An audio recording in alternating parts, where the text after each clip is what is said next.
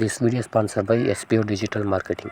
நீங்கள் வேலை தேடின்னு இருக்கிற நபரா, இல்லை ஹவுஸ் ஒய்ஃபோ, லேடிஸா, இல்லை படிக்கிற ஸ்டூடெண்ட்ஸா, உங்கள்கிட்ட ஒரே ஒரு ஆண்ட்ராய்டு மொபைல் இருந்து அதில் ஃபேஸ்புக், இன்ஸ்டாகிராம், யூடியூப் இது மூணுத்தில் எது இருந்தாலும் நீங்கள் இந்த ஜாபுக்கு எலிஜிபிள்.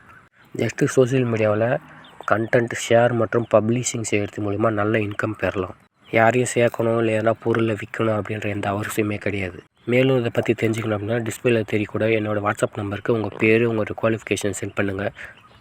ஸ்கிப் பண்ணாதீங்க. பெரிய தப்பு. தினம் 300 ரூபாய் சம்பாதிக்க அரிய வாய்ப்பு. இன்ஸ்டாகிராம், ஃபேஸ்புக் பயன்படுத்த தெரிந்தால் போதும் content post and content publishing மூலமா தினம் 300 ரூபாய் சம்பாதிக்கலாம். இந்த வேலை செய்ய 5 நிமிடம் போதும். Work training support, group communication support, all language customer live chat support, முக்கியமா சொந்தமா ஒரு பிசினஸ் ஸ்டார்ட் பண்ற அளவுக்கு உங்களால கற்றுக்கொள்ளவும் முடியும், சம்பாதிக்கவும் முடியும். இந்த வேலை வாய்ப்பு வழங்குவது 5 வருடத்திற்கு மேல ரன் ஆகிட்டு இருக்க நம்ம தமிழ்நாட்டு company school of business organisation private limited. மேலும் விவரங்களுக்கு டிஸ்கிரிப்ஷன்ல கொடுத்திருக்க நம்பருக்கு வாட்ஸ்அப் பண்ணுங்க. Hello friends, welcome to my channel. இன்னைக்கு இந்த வீடியோவில் நம்ம என்ன பார்க்க போறோம்னா உருளைக்கிழங்கு கறி தான் பார்க்க போறோம். நான் இன்னைக்கு இதை குக்கர்ல பண்ண போறேன். இது வெறும் 5 நிமிஷத்துல நம்ம ரெடி பண்ணிடலாம். இது சப்பாத்திக்கு ரொம்பவே நல்ல காம்பினேஷனா இருக்கும். இதை செய்யறது ரொம்பவே ஈஸி தான். வாங்க இதை எப்படி செய்யறதுன்னு வீடியோல பார்க்கலாம். அதுக்கு நான் ஒரு 1/4 கிலோ அளவுக்கு உருளைக்கிழங்கு எடுத்திருக்கேன். அதோட தோல் எல்லாத்தையும் சீவிட்டு இந்த மாதிரி சின்ன சின்ன பீஸா கட் பண்ணிட்டு நல்லா கழுவிட்டு எடுத்து வச்சிருக்கேன்.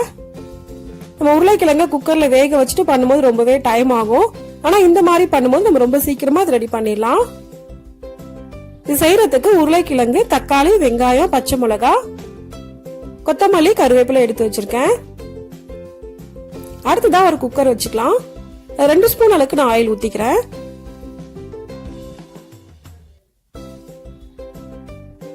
ஆயில் நல்லா ஹீட் ஆனதுக்கு அப்புறமா 1/2 ஸ்பூன் அளவுக்கு கடுகு போட்டுக்கலாம்.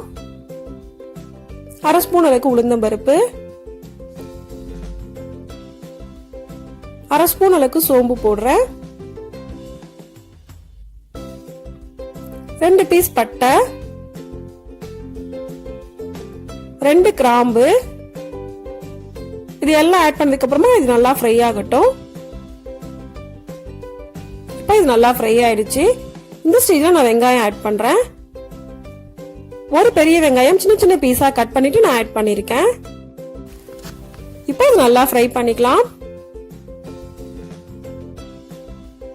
வெங்காயம் கோல்டன் ப்ரௌன் கலர் வரணும்னு அவசியம் இல்லை, லைட்டா ஃப்ரை ஆனா போதும். இந்த அளவுக்கு ஃப்ரை ஆனதுக்கு அப்புறமா இது கூட கொஞ்சமா நான் கருவேப்பிலை ஆட் பண்ணிருக்கேன். 2 பச்சை மிளகாய் அதையும் ஆட் பண்ணிக்கலாம்.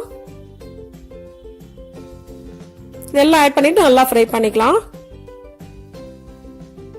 இப்போ இது நல்லா ஃப்ரை ஆயிடுச்சு. இந்த ஸ்டேஜ்ல நம்ம தக்காளி ஆட் பண்ணிக்கலாம். ஒரு தக்காளி சின்ன சின்ன பீஸா கட் பண்ணி நான் ஆட் பண்ணிருக்கேன்.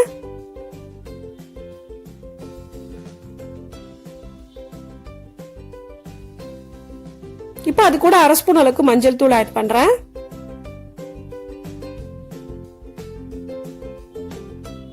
ஒரு ஸ்பூன் அளவுக்கு ரெட் சில்லி பவுடர் ஆட் பண்றேன். நீங்க உங்க காரத்துக்கு ஏத்த மாதிரி ஆட் பண்ணிக்கங்க.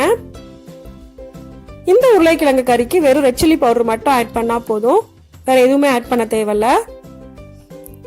இப்போ நல்லா ஃப்ரை ஆனதுக்கு அப்புறமா நான் உருளைக்கிழங்கு அது கூட ஆட் பண்றேன். ஆட் பண்ணிட்டு நல்லா மிக்ஸ் பண்ணிக்கங்க. ஒரு 2 நிமிஷம் போல நல்லா ஃப்ரை பண்ணிக்கலாம்.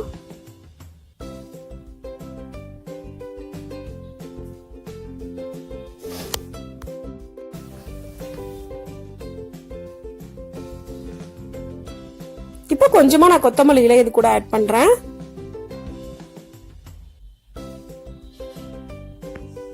தேவையான அளவுக்கு உப்பு போட்டுக்கலாம்.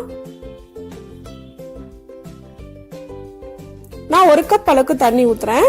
உங்களுக்கு லிக்விடா வேணும்னா இன்னும் கொஞ்சம் தண்ணி சேர்த்து நீங்க ஊத்திக்கலாம். இப்போ இதெல்லாம் போட்டதுக்கு அப்புறமா நல்லா ஒரு தடவை மிக்ஸ் பண்ணிக்கிறேன். மிக்ஸ் பண்ணிட்டு குக்கரை மூடி வச்சிடலாம். மூடி வச்சுட்டு மீடியம் ஃப்ளேம்ல 2ல இருந்து 3 விசில் வரைக்கும் நம்ம வேக வச்சுக்கலாம்.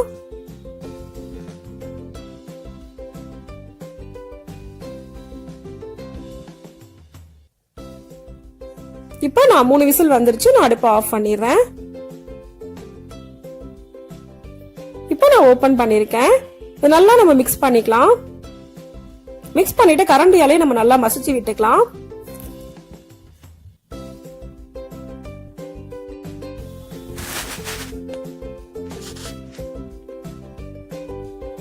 உருளைக்கிழங்கு ரொம்ப சாஃப்டா தான் இருக்கும். அதனால கரண்டியால மசிச்சாலே போதும், நல்லா மசிஞ்சிரும்.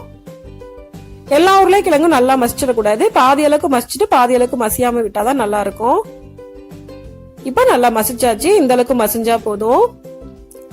எல்லா உருளைக்கிழங்கும் மசிச்சா நம்ம கொல கொலன்னு ஆயிடும். இப்ப இதை வேற ஒரு பாத்திரத்துக்கு டிரான்ஸ்ஃபர் பண்ணிடலாம். இப்ப இந்த அளவுக்கு தான் இருக்கணும்.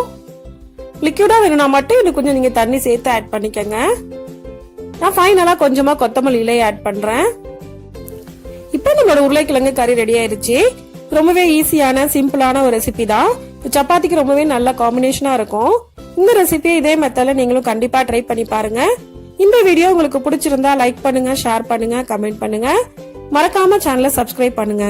தேங்க்ஸ் ஃபார் வாட்சிங்.